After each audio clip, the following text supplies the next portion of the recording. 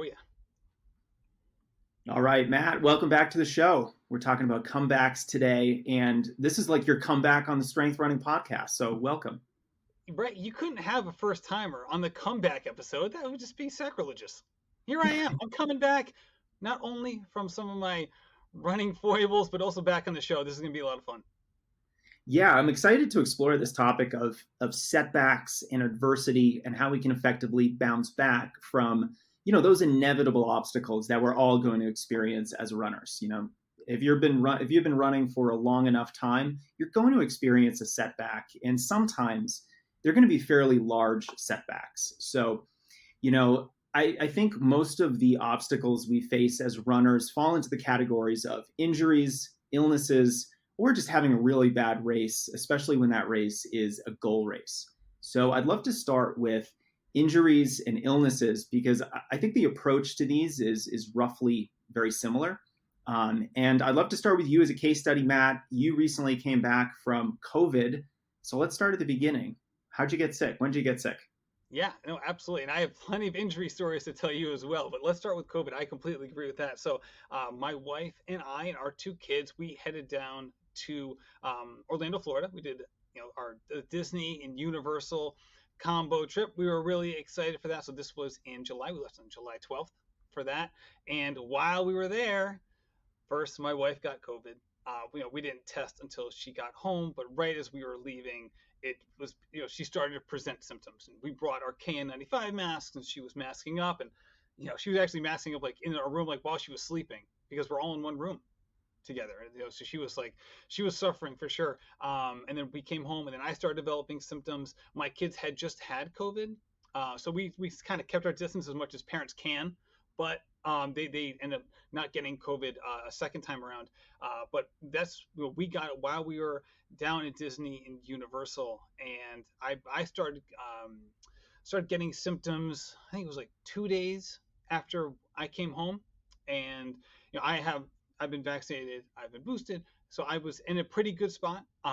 But at the same time, and you've seen this as well, I'm sure, not just with your athletes, but just in society in general, I was worried about long COVID. I think we both know people in the running industry who are currently experiencing long COVID to a degree that people would be surprised to which they are experiencing it, and it was scary because like, the people that I know who have long COVID, they're suffering, and were perfectly healthy people, more healthy than I am before they got COVID. So I was really worried. So it was one of those things where I was in a position because we had just gotten home where I was able to really, like, as Monica Gutierrez, who was on the show recently, talked about.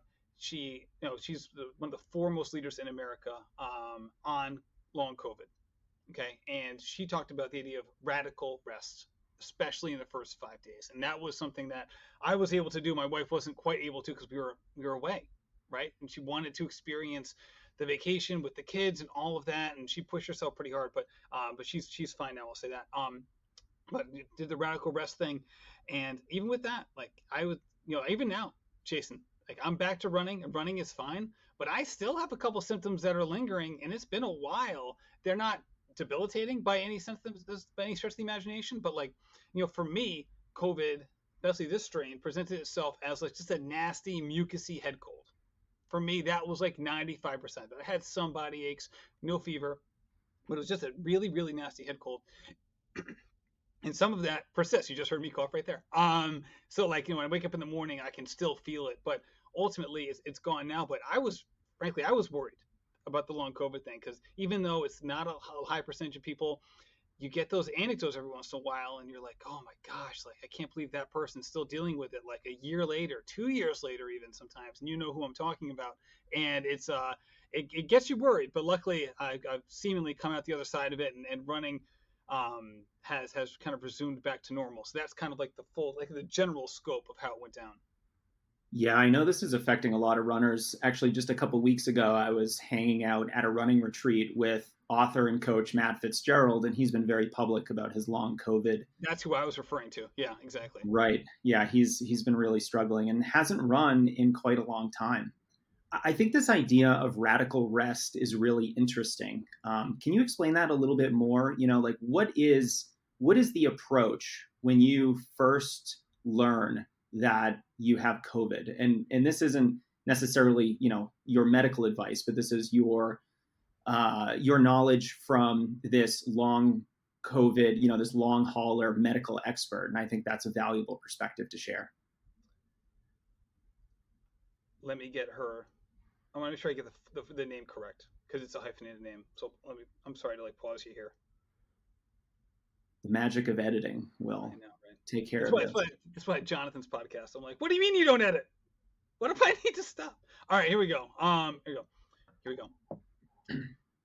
Yeah, I mean that's a great question because this is exactly why I had Monica Verduzco Gutierrez on the show, was for this exact point, because not only is she one of the foremost leaders on this topic in America, but she's also a runner. Like, she's qualified for Boston. She's run the New York City Marathon. She's qualified for Boston actually twice. So she not only can approach it from the medical perspective, but also from a running perspective, because we all know, like, okay, all right, you need to rest, right? That's like, that is not a prescription. That is a term of art. Like, what does rest mean? It depends on who you're saying it to, right? So that is why she puts that description ahead of it. The idea of radical rest. What does that mean? It means you need to stop. Period. Just stop. Put your butt on the couch and rest. Legitimately rest. Okay? Not just do 75% of your normal schedule, maybe run a few less miles because you think you can still get out there and it's not super debilitating, so you don't want to lose any fitness. And no. Cut it out. Cut that nonsense out. Sit on the couch for 5 days and rest, right? If you need to call out of work, call to work. If you can't call out of work, then figure something else out and make it so like that when you're not at work, you can really rest and really go out of your way to give that gift to yourself and lean on the people in your life to allow that to happen if you can. And I know this can be coming from a privileged position for some, and I understand that, but do your best to embrace the radical rest idea as much as you can, given your circumstances. And this was her idea. This is not I'm not a doctor. I'm just repeating what she said, with the idea of the more you can do that, the less likely it is that these viral load issues will persist. Now, this is not simply a COVID thing, right? There are other viruses that can present themselves in this long fashion. Now, obviously, long COVID is of the moment, but there's plenty of other viruses that can create this kind of elongated year, 2 year, even longer than that problem for people, but they're just not quite as known. And her point was this: like, the more stress you put on the system early in the process, the longer and harder it's going to be potentially to get back to baseline. And that was the idea, and that can be hard for runners, right? We've all been there, right? We've all seen like the running memes out there of like the person who's like, I think the running meme was like, you're like, this person's like in like a doctor's office, and there's like a nurse or doctor leaning over them, and they're like, all right, I want you to take it easy this weekend, and like the thought bubble in the runner's head is like, I guess I'll run 18 instead of 20. Right? Like that. Like this. That's not what we're talking about. We're talking about 0. And then building up from there, because you don't want to be stuck in that situation. And this is the classic idea of like, if you're going to keep, metaphorically picking the scab of this, well, then it's never going to heal. And that's not what you want. And, it's frustrating. It's annoying, especially like I'm building up for a marathon, and this absolutely interrupted my marathon cycle. No question about it. And now I'm in a condensed marathon cycle again. And it's not the best feeling, but ultimately I'm running free and healthy, and that is a good feeling. Yeah, and I think it's helpful to always remember that the radical rest, that initial phase of really tackling whatever issue you're dealing with, whether it's COVID, whether it's a different illness, or even an injury, that's required to then be able to go do what you love, which is running. And I have this philosophy that often you can't do two things at one time. If you are sick and you're training for a marathon, you really can't recover from your illness while training for a marathon. You can't do both effectively. You also can't treat an injury while at the same time you're training for a race. You're going to be mediocre at both. your training is going to be compromised and your treatment is going to be compromised. And it's the same philosophy that you have to focus on one thing at a time. And I think it's a much more productive and effective approach. So when you first started Can I jump in experiencing, there? Can I jump in yeah, there though? sure. Because there is this middle ground, and the runners know it well because this is the one that like we always default to. Where there's some injuries where, and I know you've had a lot of physical therapists on the show, and they talk about this, where it's like for some injuries, like they don't wait for you to be at like 100% to start running again, right? They'll use like the 1 to 10, pain management scale. Like if you're at like a 4 or less for a lot of injuries, you can kind of pick it back up again, right? There's some that don't fall into that, like say posterior tib, like they want you at 0 pain, and then you can pick it up. But there's other ones where it's like, yeah, if you're a 4 or less, you can train through this, right? But if it gets up higher, then we have to scale it back or stop. And I think that we all, as runners, oftentimes default to that, like, oh, this must be one of those issues, right? And this is not one of those. This is like posterior tip. We want to knock it out before we pick it back up again, instead of saying, oh, it's not too bad. And I have a runner who did the same exact thing, right? So she's a master's athlete. She got COVID. I was like, all right, 5 days, nothing, rest. And we have a great relationship. She's awesome. She's truly a wonderful person, but she wanted to push back at first. And she was like, I'm feeling fine. I'm feeling fine. I'm feeling fine. I'm not comfortable with you going out there and doing this. But she wanted to do it anyway. So she just, people are going to do what they want to do ultimately. So she went out there, and a couple days later, she's like, I shouldn't have done that. And I'm No. completely wiped. And now my symptoms are coming up, and she's fine now, but it did potentially elongate the process for her. And this is another point in that argument of like, just make sure you take care of yourself first, get it down to 0, and then pick it back up. Yeah, I think it's particularly important with COVID because of the risk of the long hauler symptoms and just the nature of this very, very fascinating disease that affects everyone so differently. You don't really know how your body is going to respond to it. And I think my earlier point was more that you can't treat an injury and train, but you can certainly treat an injury and do a little bit of some running or strength training or cross training. It's just not really going to look like your training that you were doing previously. And I think that's an important distinction. So, did you take your own advice? Did you take a bunch of time off right when you started getting your COVID symptoms?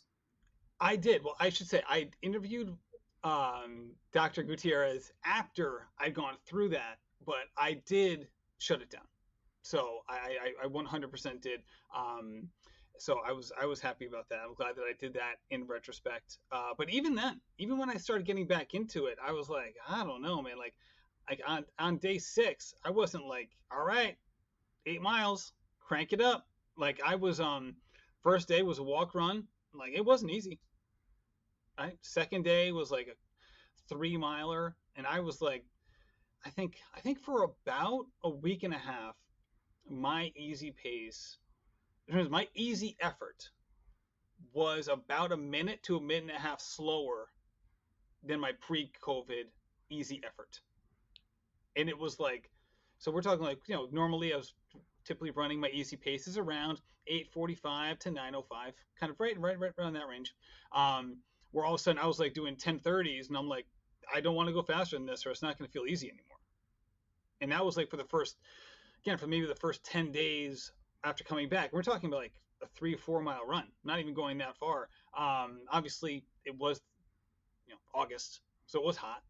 So there was that element, but at the same time, just going by effort, I'm glad that I did, because if I was really focused on my paces or the watch, I would have buried myself, because I would have all of a sudden been running like half marathon efforts just to hit my easy paces in the beginning.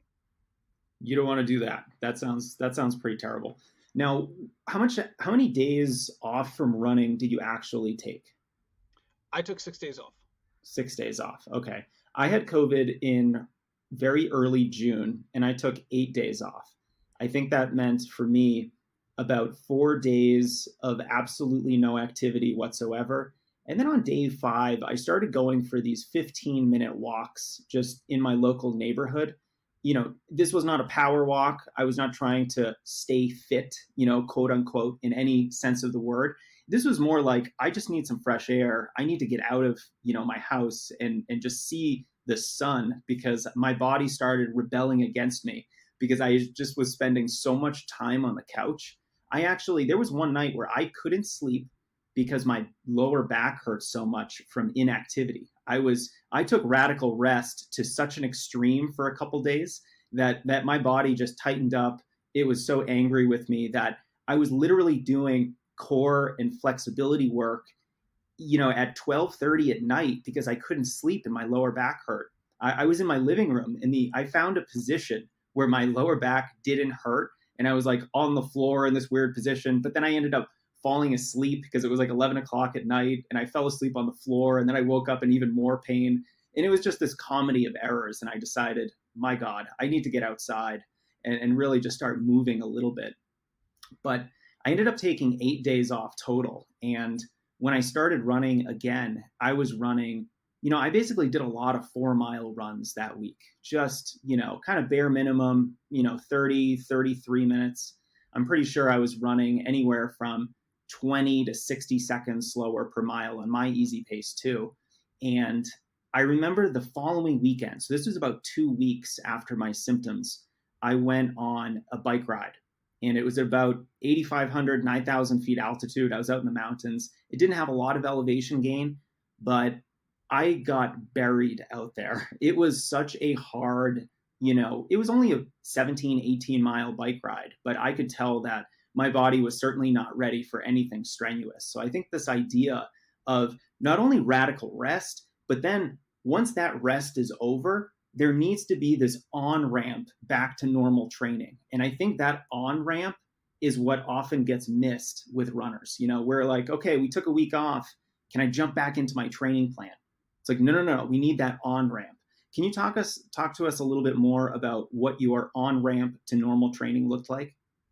Absolutely, and that's funny. So we're talking. You're seeing me pick up my phone because I want to make sure I have like my Strava app out so I can actually walk you through like the exact mileage. But first of all, I did the same thing in terms of the 2 days before. Actually, yeah, the 2 days before my first walk run, I did walking my dog around the block. Like, all right, like how does this feel, right? And like that sounds like kind of a little funny, but like it was like legit. Like I that wasn't like an automatic like this is going to feel good type feeling. It certainly wasn't. Let's see here. I'm gonna have the exact time. All right, so I went for So I came back on the 19th. Yeah, so my first activity was on day 6. Okay, and it was a 3.34, so 40-minute walk run. That's what I did. Okay, then I did the next day 4 miles. The next day, 3.5 miles. Then 4 miles. And I know this is really exciting audio. 4 miles, 4 miles. And then a day off. And then I did 6. So I basically did a week of 4-mile runs, all at like 10-minute pace. No up-tempo anything, not even strides. Okay. And I think that this was the next thing for me. So once I started feeling good on my easy runs, I assumed, I didn't have like a hard opinion on this, but I just assumed that it was going to mean like, all right, rising tide lifts all boats. By feeling good on my easy runs, I'm going to be feeling good in whatever kind of activity I'm doing, whatever kind of strenuous activity I was doing. And I had the exact same experience as you. My first time doing a workout, and I'm putting workout in quotes here because it was like 8 by 1 minute hard, 2-minute jog, which like, when I'm like have even some level of fitness, I don't even call that a workout. That's just extended strides. But that was like my first time doing a quote unquote workout, and I got buried on that workout. I got a video I did on I put like a YouTube short. I put on like my Instagram Reels or whatever. And I'm like, I had just finished. I'm like gasping after I finished. Again, this is 8 by 1 minute, and with 2-minute jog, and I did it really early in the morning too, so it hadn't gotten like super duper hot yet. And it was hard. There's no other word for it. It was hard. And it was also frustrating. So I'm looking at it like, all right, first week of August, I got a marathon, middle of October. And not only do I have a marathon, but this marathon has 1,200 feet of elevation gain. I'm struggling through 1-minute strides.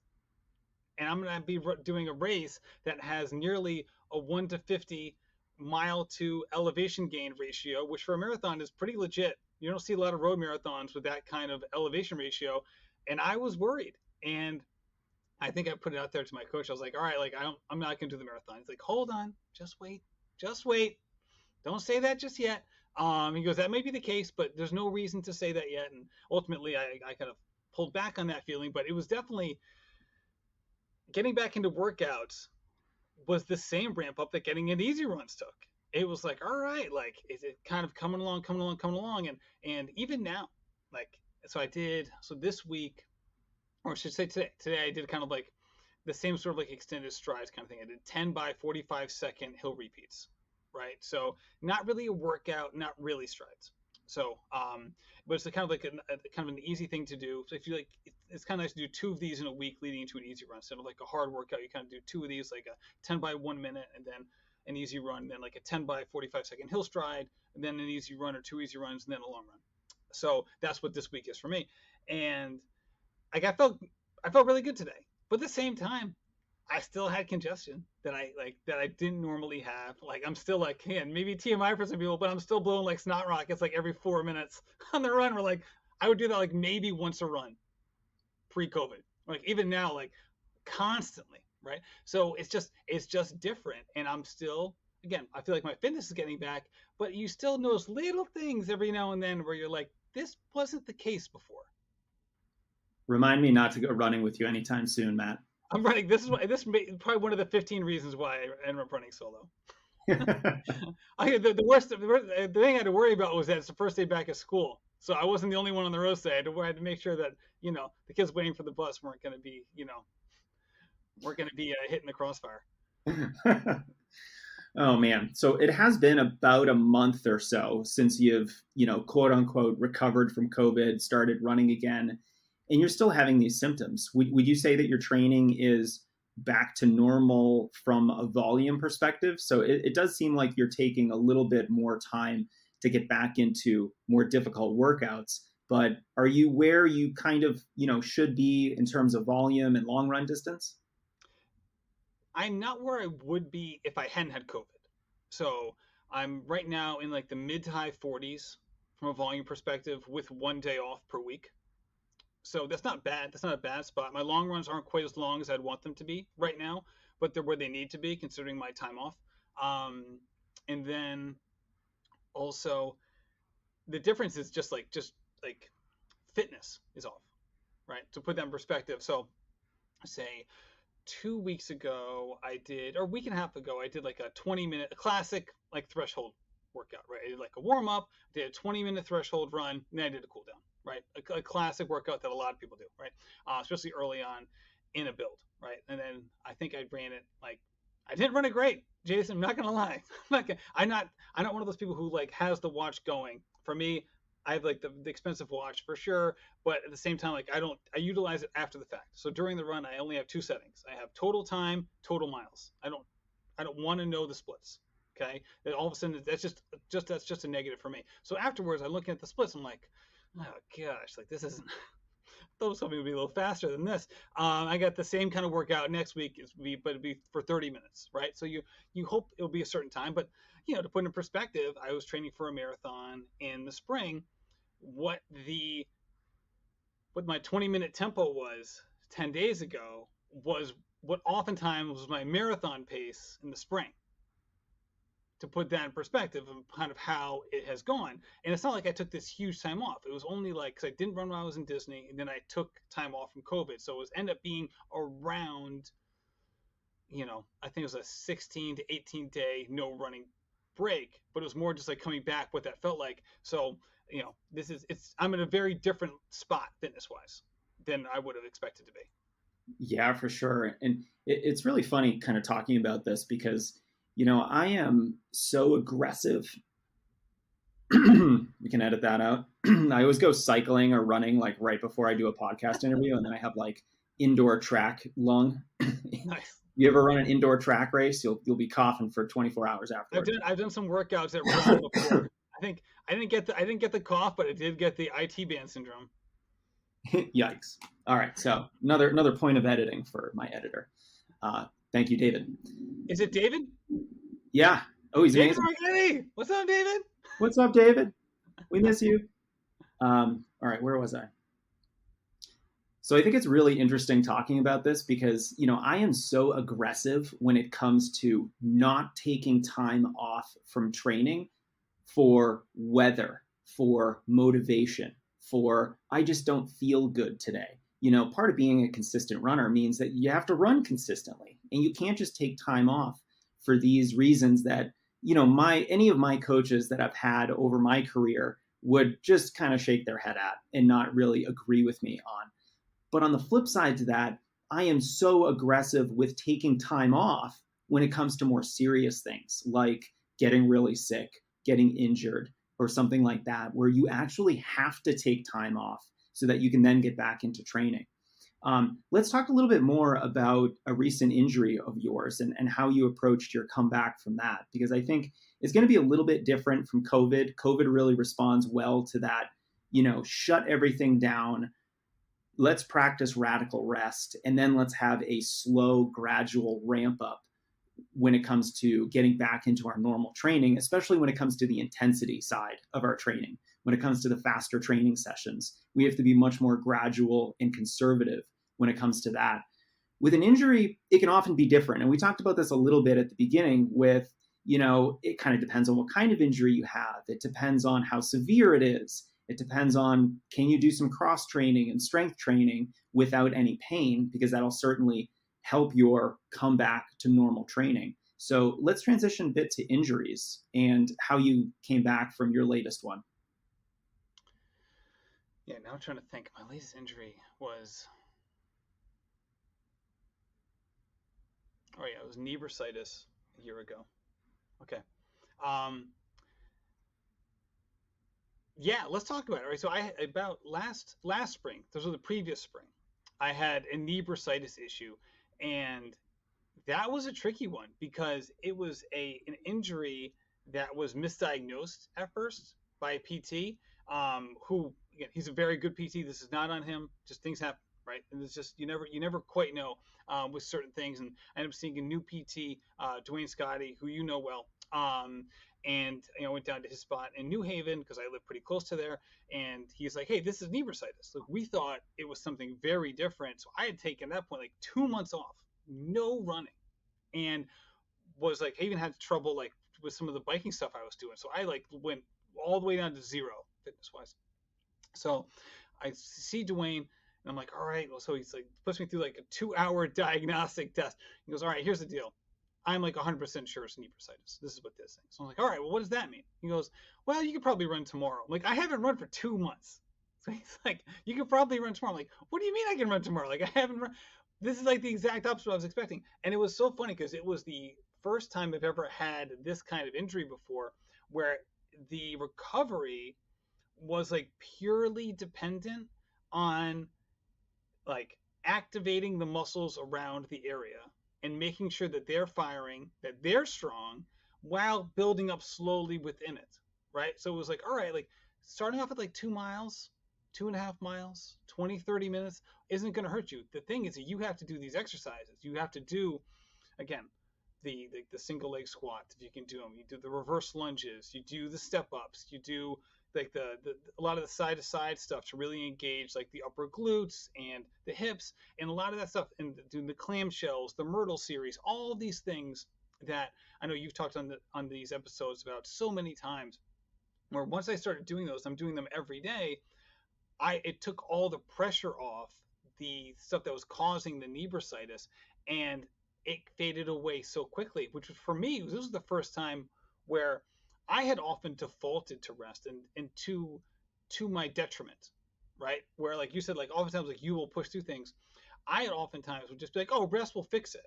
I just had always like, oh, rest will fix it, rest will fix it. And this was a classic case of I was just assuming rest would fix it, and then unknowingly, because it was misdiagnosed, the misdiagnosis fed into my preconceived notion of that rest will fix it. So I didn't push back. I was like, all right, sounds good to me. We'll just kind of figure it out.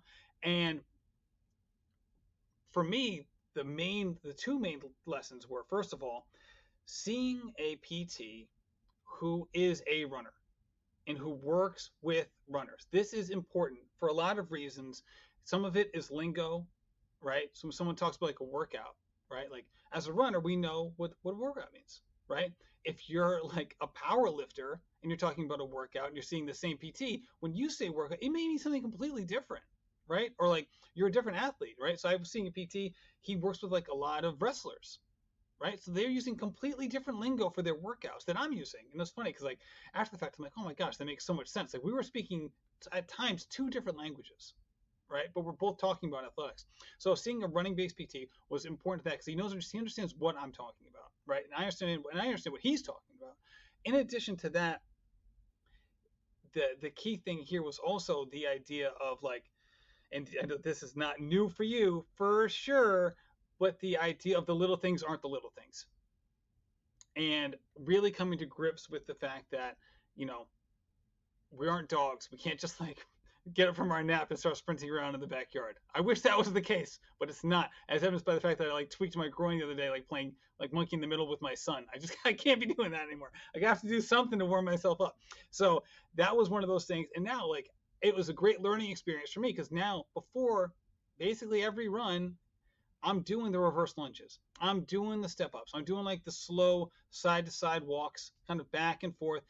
It takes me 3 to 5 minutes. And I'll tell you what, man, like I just haven't been injured since then. And it was a great learning lesson because it really, when you have to take 2 months off, like it really hammers it home because coming back from that, especially as a master's runner, it takes a long time. It takes a long time. You don't want to be put in that situation, right? I'm not a 21-year-old, 20-year-old college basketball player coming back from reconstructive ankle surgery where like yeah it takes me 6 to 9 months, but once I'm full go I can get back to fitness pretty quick. Like this was not that, and I'm so glad that I finally learned my lesson on this front because thankfully once I got that ramp up going, I've been able to stay healthy. I think I've got a crick in my neck from shaking my head so vigorously when you were talking because I'm in such agreement with so much of what you just said. Dwayne Scotty is a great PT and really knows his stuff. And I think it's one of the most important things for runners to focus on when they get hurt is to find a physical therapist who either specializes in treating runners or is I don't want to say high level runner, but an experienced runner who knows their stuff about the sport, because that is going to increase the quality of your care. And I think talking about lingo and language and making sure that the words you're using are fully understood, it really resonates with me because when I took my USATF coaching course, one of the big goals of that course is so that when coaches talk to each other, when coaches actually use words like tempo run, fartlek, training session, training cycle, what do you actually specifically mean? And it's getting formal definitions for all those words right so that you're actually being effective when you're communicating. And the same is true in a physical therapy office. So if you want to hear from Dwayne Scotty, he's in episode 141 of this podcast. We talked all about how to keep your hamstrings very healthy. And I like this idea too, Matt, of the fact that you had to engage in movement to clear up this injury. And it's almost the exact opposite approach of if you were to get COVID. So we need to be practicing movement. Movement is medicine, motion is lotion. And it's probably a very good endorsement of, my approach of sandwiching each run between a dynamic warm-up and some post-run core and strength work, because a lot of those exercises you're talking about are, pulled from the worlds of physical therapy, and they're so good at, preventing an injury, but also treating existing injuries. You're still doing all that work before and after, right? I am. So I'm not doing the full routine that I had to do when I got the bursitis because that was very like formulated for that issue. Once it cleared up, I was able to kind of like pare it down to like kind of like the 80-20 rule. I don't have to do 100%. It's like just focus on the 80% that really matters, that really can handle most of this, especially for a healthy runner. And that's been key for me, right? So it's the leg swings, front and back, side to side. It's the reverse lunges. It's the step ups. It's the like getting you like in your defensive stance and doing like a slow walk to the right and like a slow walk to the left, doing that stuff, and then like a couple high knees, a couple butt kicks. I'm ready to go, and it's worked just fine for me. Like, and that's again, everyone's different, but that sort of routine, it kind of checks all the boxes for me, and it gets me going. Also, I don't just head out the door and run. That's the other thing. The first quarter mile, truth be told, my Strava's not on, so, but I first quarter mile I walk, right? Unless it's like, because I'm usually run in the mornings. So like if I'm going for a run, maybe a little later in the day, and I've been moving a lot, maybe I'll just head out for a run. But if it's in the morning, I make sure that I kind of walk into the run, right? And that's one of those things that's been important for me. I think I noticed the difference right away. And when I was reading Michael Crowley's book, which is so good, Out of Thin Air, about runners out of Adidas, Addis Ababa. Is that right? I keep messing up. Out of Ethiopia. And he follows the runners out there, which was great because Michael Crowley is also a 64-minute half marathoner. So he's obviously very, very talented. He can't keep up with anybody during the course of this book, which is hysterical because he's obviously super duper fast. But he talks about how like he never quite knew when the run started because they would kind of like walk into it and then they're kind of jogging, but kind of not. And then all of a sudden they're kind of jogging more. And he was always like unsure because he has his watch and like they're all going by time, like 60-minute run or a 75-minute run. And he never knew when to press start because he's like, I don't know if we've started yet. Did we start yet? Like, we started walking, but we're kind of running, and now we're kind of running a little bit faster. Now we're kind of running a little bit faster. And like that kind of hit home for me because I'd already kind of doing that. And once I heard that, I'm like, oh, and these people are pros. So if they're starting their runs like that, then I have no shame doing it for me. And that's kind of like my pre-run routine is kind of the movement side, and then the walking into the run. I love that too. And Michael Crawley was on the Strength Running podcast too a while back. I think episode 1. I'm going to get every single guest that you've had into the course of this conversation. I know. This is like a grand tour of past podcasts. I think one of the more effective mindsets to have about treating injuries is that you have to go after the treatment of your injury just as aggressively as you went after the training for a race that you might be experiencing. So if you're training for a marathon, you've got your workouts and you get your long run, you get your dynamic warm up, and you're doing all these things and you're dialed in every day.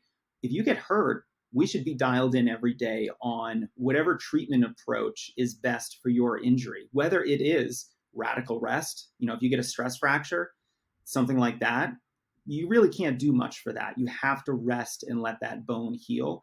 And you need to be as aggressive with resting, as radical with resting as you are with your training. And if it's something like a knee bursitis that actually responds much better to movement, to strength training, to some maybe cycling or very short, easy runs, we need to really focus on that and be super aggressive with it because, that's kind of this idea of focusing on one thing at a time. Let's focus on your treatment now. Well, you're injured. You can't focus on your training. Your training right now is getting healthy. That means a little bit of running, doing that strength work, and maybe going out of your way to find a physical therapist who's really good and understands runners. Yeah, and if you want to get like what really hits this is Hillary Allen's book, right? She's coming back from an epic and extremely scary fall during her sky racing career, and now she is back. She just ran UTMB last weekend, but she almost died. She almost died falling down a mountain, right? And you can imagine what that meant from an injury perspective. She basically broke or sprained everything, and you don't come back from that unless you attack the physical therapy side of things. And I had a much watered down version of this when I had reconstructive ankle surgery in college, where I was like, all right, like they cut all of the ligaments on the outside of my ankle, tightened them, and reattached them. One of them was shredded, so they took tissue from my foot and brought it up and connected to the ligament. And like that was an exhaustive rehab to get back to play the following year, right? So I had that surgery 2 weeks after the season ended, and like I barely made it back for the first practice. And so that was a very, very long rehab. And I've never worked harder than doing all that PT work. And the PT work did not end on the first day of practice. Like I was doing all the stuff, and it's so silly. Like I'm doing the silliest things, Jason. I'm like, I'm like sitting there in a chair with like a bare foot, and I'm like, now I'm actually like I'm playing it out as I'm talking to you. Like I'm the one of the drills was picking up marbles with my toes and then moving it and dropping the marble into a cup and trying to keep my legs still as I'm doing it. So I'm just moving my ankle and trying to like, so I'm getting, because I haven't used my toes like in 2 months because I was in a cast. So I'm trying to build up all these little muscles before I can actually work on like the big muscles.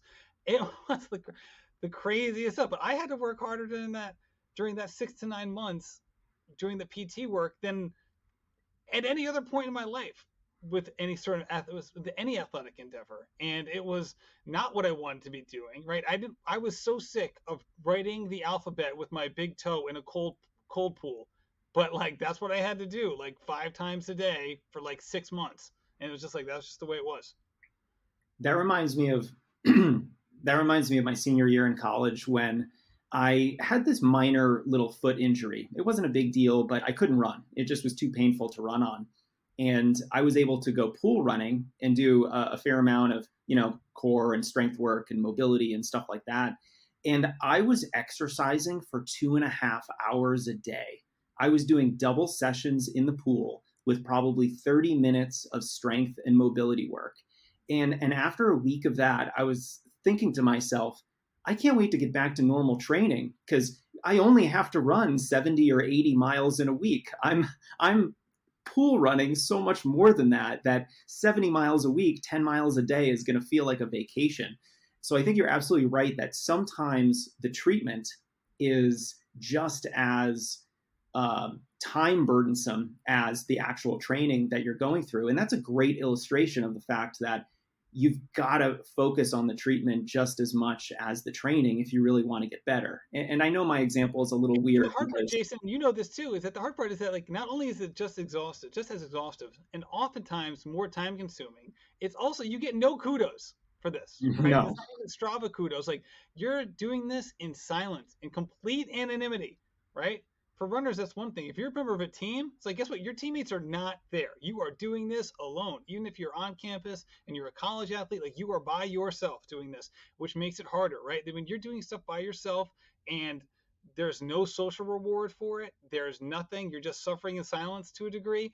Like this is why, like, those all the rage with those massive online courses, right? They're like the free massive online courses. They call them the MOOCs. Like you go to Harvard for free, right? Using these online courses, right? They're free. However, it was like a 98% dropout rate. Not because people couldn't do the work. The problem was that, when Friday night came, you have this free course. No one even knows you're in it. Are you going to like go do that? Or are you going to go hang out with your friends instead, right? It became this very obvious thing where like, hey, I'm getting no social benefit here. And I'm the only one doing it. No one even knows I'm doing it. I'm just going to pass. And like sometimes with rehab, it feels that way where you're just kind of doing it alone in silence, and you're just like, I just don't want to do it today. And it can be so easy to rationalize not doing it or to give kind of a half-hearted effort. Because it's not actually what you want to be doing, right? You want to be out there running. I didn't want to be in the pool for 45 minutes in the morning and then an hour and a half in the afternoon. That was not only not the thing I love to do, but it was also mind-numbingly boring. And I know it's a little weird because that wasn't really part of my treatment. That was just other exercise that I was capable of doing without aggravating my injury. So it really helped me stay in shape. And I was able to sort of bounce back without any, missed performances. But at the same time, man, it was great mental toughness training just to be in the pool for that long, to be focusing on all these things that I don't really want to focus on. So it's certainly, I think, a good mental exercise. It'll build a lot of mental toughness and confidence in yourself, because if you can get through that, my God, the training almost becomes easy after that. There you go. Exactly. So, Matt, I want to talk finally about how you can make a comeback from a bad race, because this now is a little bit different. And I think this is just as common, if not more common, than some of the other problems that we can experience as runners, like illness or injury. Because a bad race happens to us all the time. Like I do somewhat believe in the rule of thirds, where a third of your performances are going to be just crap, a third are going to be mediocre, and a third are going to be really good. And then within that third of really good performances, you might have 10, 20% that are PRs, breakthroughs, just really, really great performances of what you're capable of as a runner. But man, when you have a bad performance, it kind of eats at your soul as a runner. And it really hurts when it's a goal race, especially a race that you can't just, come back from and do another one like a marathon or an ultra marathon. So let's talk a little bit about what happens when you have just a really bad goal race.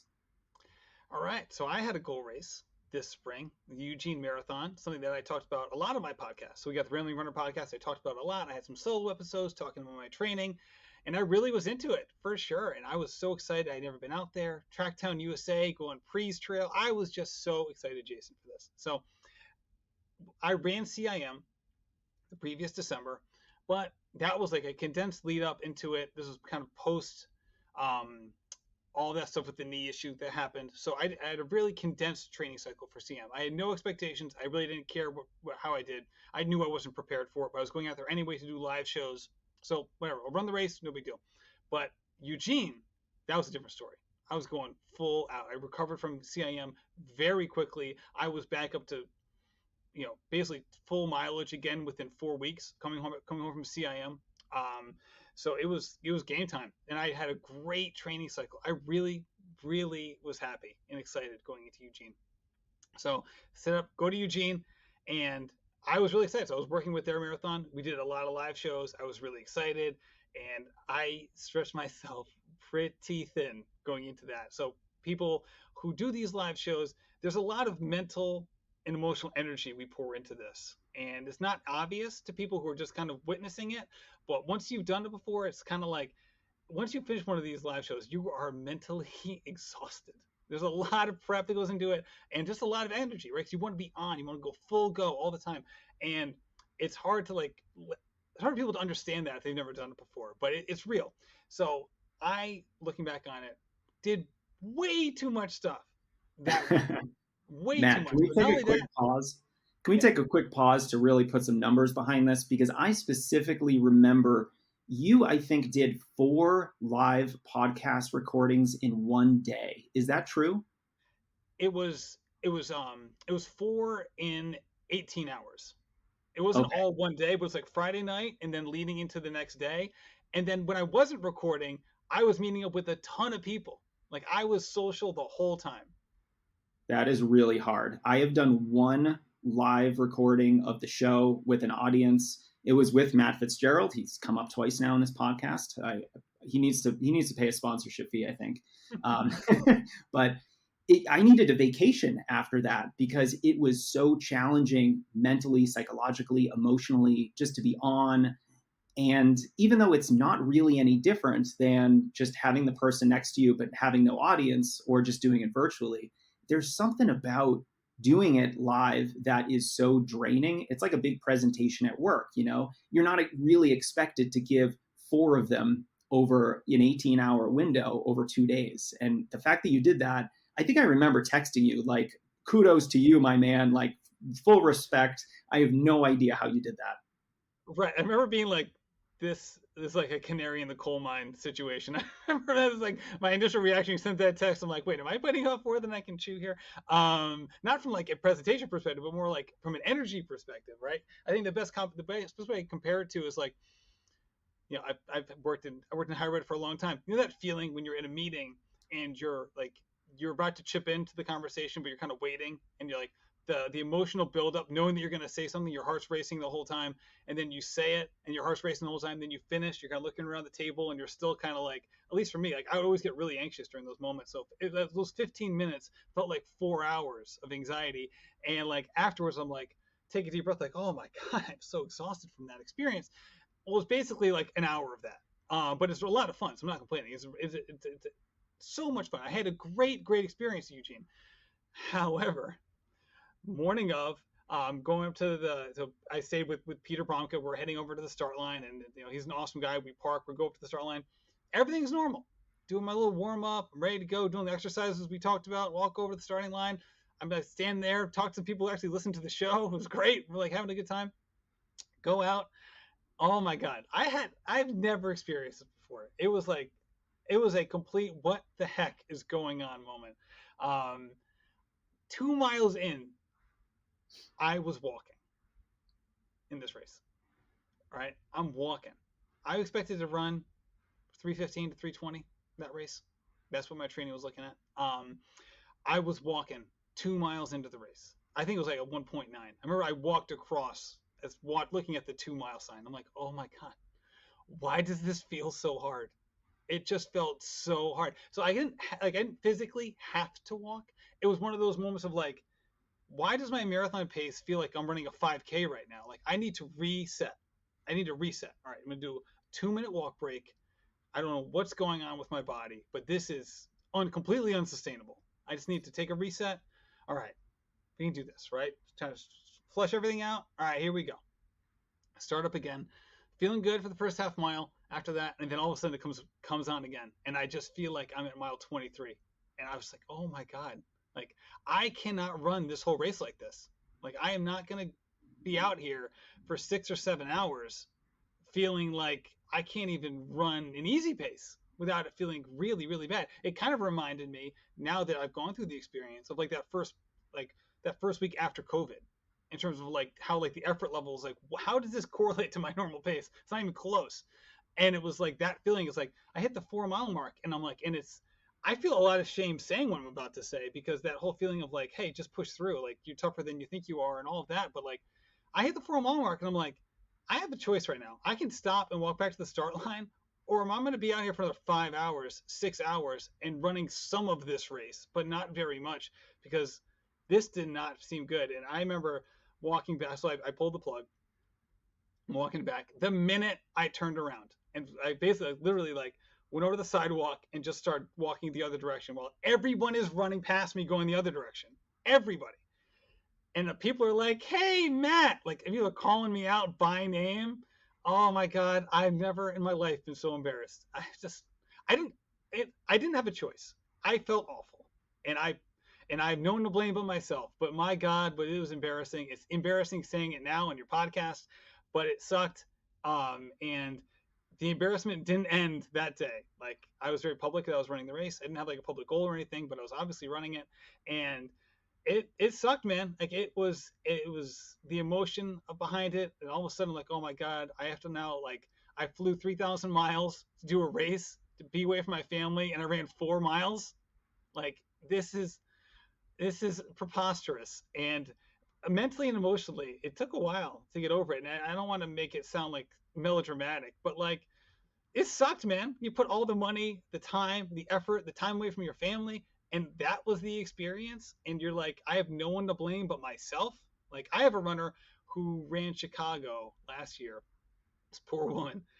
She literally at mile 12 got hit by an Uber driver on a bike.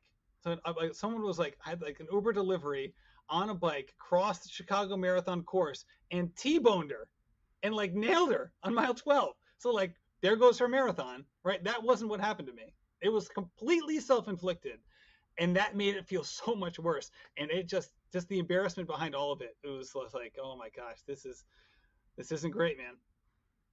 Yeah, well, thanks for sharing that. I know it is a little embarrassing when we have bad races, especially like this, when you're very public about it. You've got, for you, you've got tens of thousands of people who know you're running Eugene, who are listening to your podcast, who are, consuming all of this content around your upcoming performance. And now all of a sudden you're like, oh, but I only ran like, 20% of the race. And the athletes I coach, right? So I'm sitting there like, I'm telling these people how to run a marathon, and like, here I am stopping at mile 4. Like, how embarrassing is this? Yeah, I think it's important though. Like, we've got to not be embarrassed about bad performances because they happen to everyone. It's just sort of like it's like if you got embarrassed about getting old. Like, look, it happens to everyone. It would be a silly thing to get embarrassed about. But I think this is a really good example of that old line: stress is stress. You didn't do a fast workout 2 days before the marathon. You didn't do a long run 2 days before the marathon. You instead put yourself under an enormous amount of psychological and emotional stress professionally, and also just kind of being on and being kind of like the podcast host and that kind of personality. You do want to be social and talk to people and be helpful and be enthusiastic about what's going on that weekend. And, if you're experiencing that level of arousal right before a marathon, it's really going to impact your performance. And, when I was racing marathons, I'm not really racing marathons anymore, but I would turn into like a monk for the 2 weeks before the marathon, during that taper phase where I didn't go out. I didn't want to talk to anybody. I didn't want to take on any projects or anything stressful. And I was just trying to sleep a lot and eat well and just execute on my training. And, if you had asked me, hey, will you go do a bunch of podcast recordings in front of a live audience, the day or two before a marathon, I would just be like, you're crazy, man. I'm going to have a terrible race. But there you go. You tried. Absolutely right. You went out there and you tried. And I do think this is a little bit of a different type of comeback that you had to make, because I think the reason why you had a bad race is fairly clear. You overextended yourself right beforehand. And, you're a running podcaster, you're a coach, probably something you should have known, yourself going into it. But, it's like all of us, we all make mistakes. It's kind of like the do as I say, not as I do approach. I'm not doing. Because like at CIM, I did a bunch of live shows. Same sort of thing. Saw a lot of people. I had a very this was the hard part for me. It was like, how come I didn't feel this way at CIM? Right? CIM, again, I went into it completely undertrained. So it was not an apples to apples comparison. But the first 16 miles of CIM, I felt great. I was out there, I was running like, I don't know, like 8:20 mile pace, seeing a bunch of people, ran some miles with Amelia Benton, who was using it as like a training race. She's a really high level freelance running journalist here in the space. I felt awesome. Like at mile 16, things went downhill, but that was just because of lack of training. Like that had nothing to do with how I approached the day. And I was like, how did CIM, which I did basically the same thing in prep, and Eugene goes so differently on race day? That was the hard part for me. And that's where I felt like a failure. I'm like, this can't just be the prep. These two things were so similar, and yet the experience was so different. So I think in actuality, it was the prep, but at first it wasn't so obvious to me, because I did kind of have a comparison point that didn't illuminate that, at first. But really there was no other thing, because like I did come home and like I'm like, or maybe I got sick on the trip out, right? Because I flew out. I live in Rhode Island. I didn't live anywhere near Eugene. So I was like, maybe I got sick, right? So part of me was like, I was kind of hoping, not that I got COVID, but I was hoping that like I had a sickness that would manifest itself like 2 or 3 days after the race. So I could be like, aha, that's what it was. I was sick. I didn't know it yet, right? And that didn't happen, to my chagrin, which is kind of funny to wish for a sickness. But, it would have been an easy way to be like, oh, no wonder. That was it. It wasn't my fault. But it was my fault. So the hard part for me afterwards was I haven't had a lot of great experiences with the marathon, right? Some of them were self-inflicted, and some of them were just like, hey, what did you expect? You didn't train great. It's the way it goes, right? You chose to run a marathon undertrained.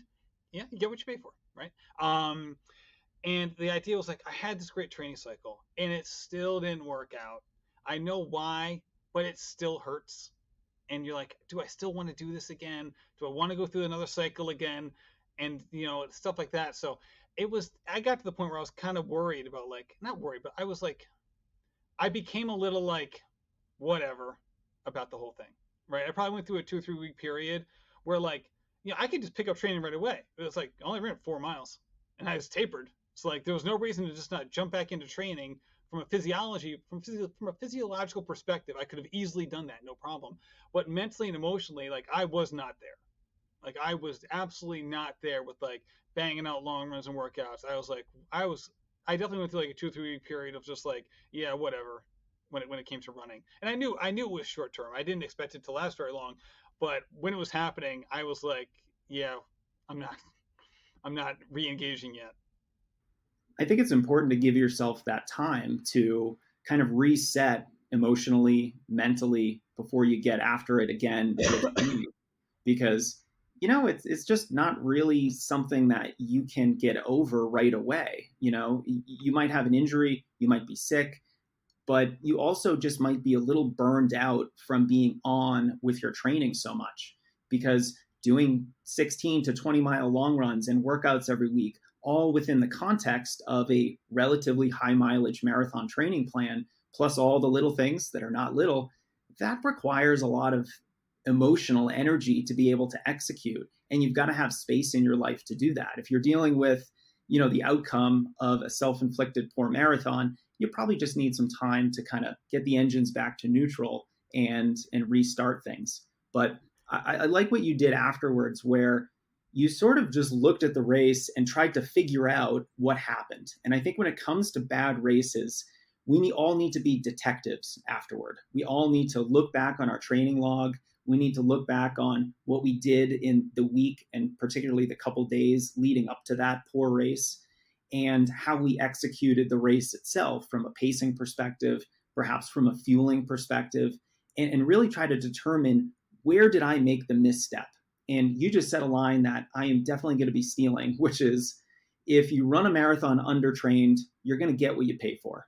And I think that is likely one of the bigger issues when it comes to marathon racing, is if you didn't have a good marathon, the likely culprit is the training itself. But this idea of being a detective afterwards and really trying to figure out where you might have fallen short, was it training, was it fueling, was it pacing, is going to be really critical. Yeah, and I think in the past, my most of my bad performances. First of all, we should say this: the vast majority of bad performances are a function of how we are choosing to judge ourselves, not a function of some objective reality, right? Like for me, Eugene was objectively not good, right? That was not a subjective issue. But for a lot of people, they'll say, oh, that was a bad performance. It's like, well, maybe the issue was how you're choosing to look at it, or that you went into it with unrealistic expectations, right? How are you, when you say it's bad or was a poor performance, that is a relative statement, relative to something, whether it's relative to another individual, to what you have done in the past, to what you hope to do into the future, or maybe to unrealistic pacing expectations, maybe to your lack of understanding of how the weather might impact you, or maybe because you didn't look at the race elevation before you went and did it. There can be a million things, but oftentimes these are a subjective reality, or a subjective situation, not just an objective reality, and it's almost always a function of what we are choosing to compare them to. I really love that. I had a client once, one of my private coaching clients, who ran a PR race, a personal best. And by definition, what is a PR? It's literally the fastest you have ever run a distance. It is, by definition, an outlier. It is your peak performance. And she considered it a bad race. And I had to do some real coaching on that, because I don't think we can ever look at a PR and say that's a bad race. Maybe you're in better shape and should have run a bigger PR, but that's part of the learning process. And I really agree with this view that poor races are somewhat subjective. They're relative. And I always consider one of my jobs as a coach to consider all of those extraneous factors that affect performance, so that I can be as objective as I possibly can when runners either think they have a really great race or a really bad race. Because sometimes it's not true. Sometimes you have a great race and I'm like, you know what? I think it's even better than you think because of these reasons. Or you have a bad race and I say, well, we didn't plan for it to be 85 degrees outside, and we had to switch your race, and now you're running a race that has 1,000 more feet of elevation gain. We've got to take those into consideration, because just like you said, sometimes you have a bad race, but upon further reflection, you actually realize that it was a really good performance considering all those other factors. Right, and it can just mean like, hey, this was a positive in the long run because I learned something from it, right? So like there might be a race where you're like, all right, in the last, you know, say quarter mile, so the last 0.1 of a 5K, right? Just for round numbers, right? So the last 0.1 of the 5K, you knew that you were coming up against, you were making a decision. Am I going to push through the discomfort that's been building for the last mile, mile and a half? Or did I back off just a little bit? I talk about this on the podcast all the time. That last little 1%, only you know it. No one looking at your Strava knows it. No, even your coach doesn't even know, but you know whether or not at that last moment you gave in just a little bit or you pushed through. Now, that's an extremely hard thing to do. It's very, very hard to not give in those moments. but sometimes we do, and that's just the way it goes. The heart that, and we can say, oh, that was a bad race. No, it's not necessarily. It was a good learning experience. First of all, the majority of the race could have been going really well, and you hit that point, and in retrospect, you say, you know what? I do think that I had more to give. Not like the unrealistic more to give that we all do like 5 months later when we don't remember how much it hurt. We're talking about like the in the moment, as soon as you cross the finish line, realizing, you know what? I did give in just a little bit there, and I think I could have pushed. That is a positive race experience because then you can reflect on that later. And I think that this is one of those moments where we often judge ourselves differently than we would judge others in a negative sense. Like if it was your friend who ran that 5K, you would talk to them very differently than you would talk to yourself. And I tell when I have a lot of my runners who I coach are parents, and I tell them all the time, I'm like, when they get into some of these cycles, I'm like, listen, how would if your daughter ran that race the same way you just ran it, how would you talk to them afterwards? Like, you don't have to tell me what you would say, but I have a strong suspicion that you would talk very differently to her than you're talking to yourself right now. And that usually kind of resets them of like, oh yeah, this wasn't all bad. And the parts that weren't great, it's a learning experience. Okay, we'll just hopefully I'll be able to, extract the learning from this, from the tuition I paid, you know? Oh, another line that I might be stealing, Matt: extract the learning from the tuition I've paid in this race. I think that point is worth exploring because anytime we run a race, we are taking a test. Our training is like studying. The test is when we actually get to show what we know. We actually get to show what our fitness level is at a maximum performance. And that's one of the reasons why I love racing. It gives us the best data possible on what you're capable of as a runner. And that data is something that we can learn from. And if we have a bad race, part of that detective process is looking at all the different things that could be improved and then trying to improve them the next time you race. And this is often one of the reasons why I say that very often that racing is a skill. You've got to do it frequently enough to understand it, to get better at it, to understand how you respond to maximum effort performances. And only after frequently racing do you really get good at that skill of racing. And part of that is just looking back on performances. Look back on bad races, mediocre races, good races, PR races, and try to determine what am I doing really well? And also, what am I not doing really well that can be improved? And it's this iterative testing approach to racing that I think then creates runners who are really good at racing.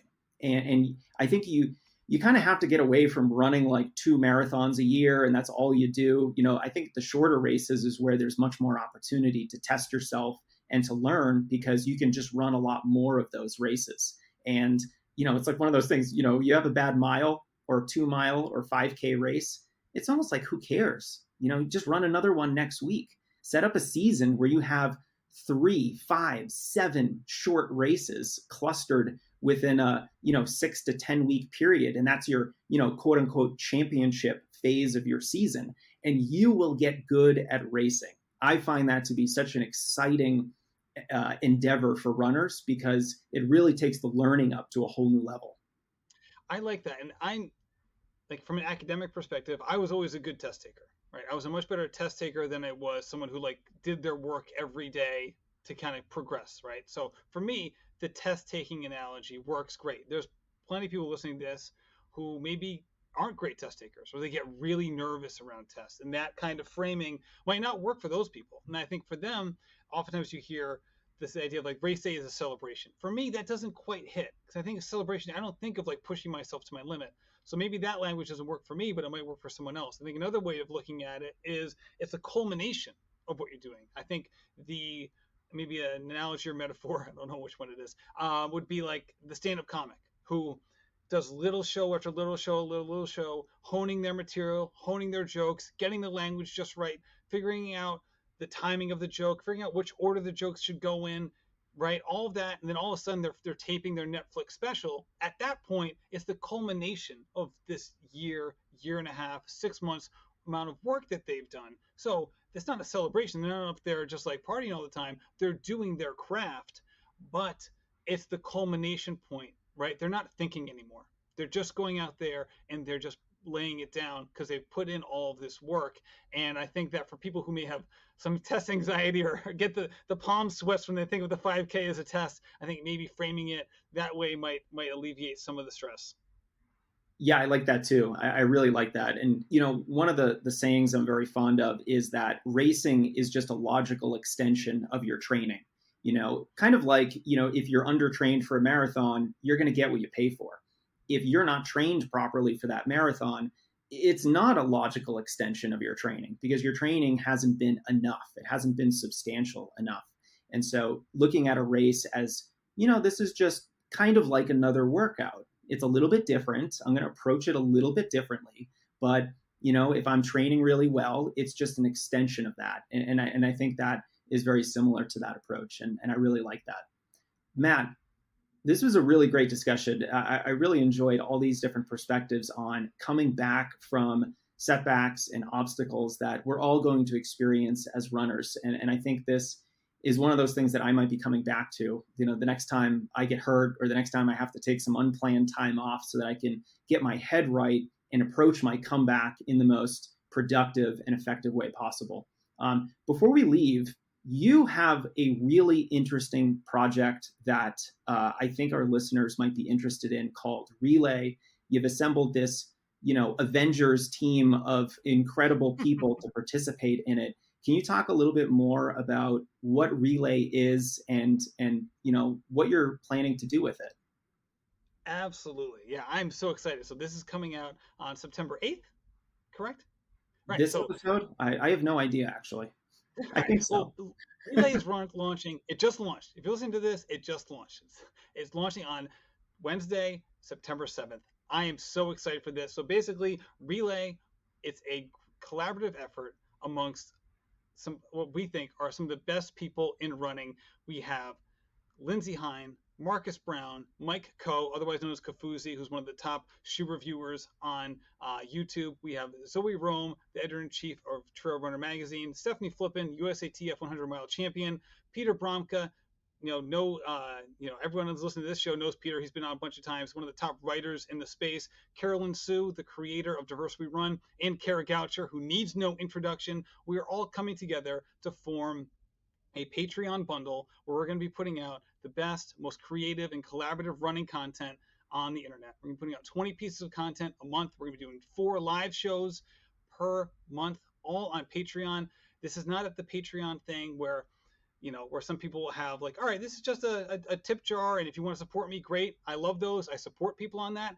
We're using Patreon because it's a paywall in a box, basically. So instead of like hiring a tech person to run our website with all the payment part of it, this is a subscription service that we're running on Patreon, and we are so excited about it. This is going to be a full-fledged website with some of the best writing, podcasts, and videos in the running space, and we just cannot be more excited about this. And I think for the most part, not only are you getting some people who've done some really solid work in a solo capacity, I think the secret sauce here is getting everyone working together to create really creative, highly collaborative work in the sense where 1 + 1 = 5 in this sense, right? You're getting Kara Goucher and Lindsey Hein and Carolyn Sue working on like a book review live show where there's interaction with the guests and you get the author in there as well. Like, who doesn't want that? Right? I think that's the kind of thing where you see name brand media companies in running. I'm not going to name names, but you know them. They led the space for decades, right? Fortunately, that magazine model isn't sustainable anymore, right? It just isn't. A lot of these places aren't even putting out magazines anymore, and a lot of people are going that route. The media landscape has shifted. There's solopreneurs who are doing great stuff. People like you, people like Mario Fraioli, people like Ali Feller. Great stuff. I support all you guys, and I think that we all saw that there was an opening in the marketplace for this collaborative work that in a group setting. Also, work that isn't ad sponsored. This isn't sponsored content, right? The Brandly Runner podcast is sponsored content. We have sponsors and stuff like that, but it's not SponCon. This is not advertising. This is a subscription model. It's $9 per month, and it's a full transparency, right? All of us are splitting the revenue evenly amongst all 9 people, and I think that's going to be a selling point because you know where the money's going. And ultimately, we have big goals. I think this is going to be an extremely impactful website, and I think that the content in it if you like running and you like running podcasts, and if you're listening to this at our what, after at the 74-minute mark of the Strength Running Podcast, and you love running podcasts, this is the kind of thing that is right up your alley, and we are really excited about this. I'm excited about it too, and I can't wait to sign up because it just seems like you've amassed this incredible roster of diverse content creators and almost like celebrities in the running space who are able to talk about running in such a wide variety of ways, in such a wide variety of mediums, that it's going to be really, really interesting, but also just really effective. It's going to be really helpful to runners. And so I can't wait to check it out. We're recording this before it goes live, but as soon as it does launch, I'll be joining up, and I can't wait to dive in. And I'm going to have a link to the Relay site in the show notes so people can learn more about it. And I was more than happy to, kind of promote this for you, Matt, because, you're a friend. And I think what you're doing right now is really helpful, not just to the running community, but also these creators. We're not giving money to some large corporation. We're kind of supporting the people who are on the ground, working with runners, helping runners, creating some of this a little bit niche content, but content that I think is far superior to what you might find at some of the larger organizations. So I'm super excited about it. Congrats on getting it together and launching it. I can't wait. Oh, I'm so excited, and I couldn't agree more. And I think that there's a space for the solopreneurs, again, like you, Ali, Mario, like you guys are doing great work. And then I think there's another space, and you're seeing it already populated, right? We're seeing what Sidious Mag did around the World Championships that really brought them to a new level. We're seeing what Free Trail has done in the last 3 months in the trail running area, right? Dylan Bowman, Ryan, the Trail Society ladies, they are crushing it, right? Yeah, Corinne Malcolm, Kelly Henninger, Hillary Allen, that whole group is doing so well. So what Free Trail is doing for trail running, what Sidious Mag is doing for professional running, Relay is going to be doing for dedicated amateur runners. And I think that is right now.